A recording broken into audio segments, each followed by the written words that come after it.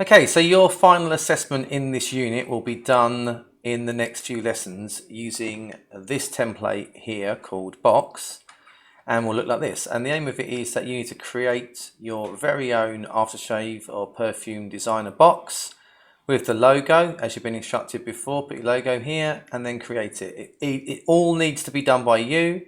Anything you put in here has to be traced over or redrawn, because I want this 100% your design. You can't just get something off the internet, it's got to be yours. So here is my example one. I called it Raven by Asgard. So I've got the barcode on there, I've got the the eau de toilette size.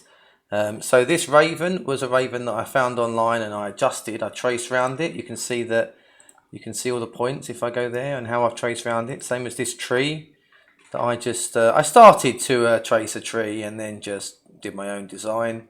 And I made quite a simple triple logo of some triangles because I thought that looked sort of like Asgardian, as I was going for some sort of ancient, I don't know, look to it. So the crow's I think it's a raven. That's quite a famous bird in that sort of mythology. So there you go. I kept a black and white design because I thought it looked nice, but you can do colours, you can do anything you want. So obviously you start in here. Maybe you can start colouring it to a colour. Maybe you can use the blending. Just try to think about which sides will touch each other. So obviously that's might nice to blend to that. That might be good to stay white because when it folds over. And obviously this edge is going to touch this edge. So you probably want all these to look quite similar in some way, because obviously they're going to wrap around each other. That's not going to be seen. That's going to be used to glue, as are all these flaps. They're to glue. So the finished product will fold in. And then obviously this is the right way up. You could do it, I suppose, laying down this way, a bit like a box this way.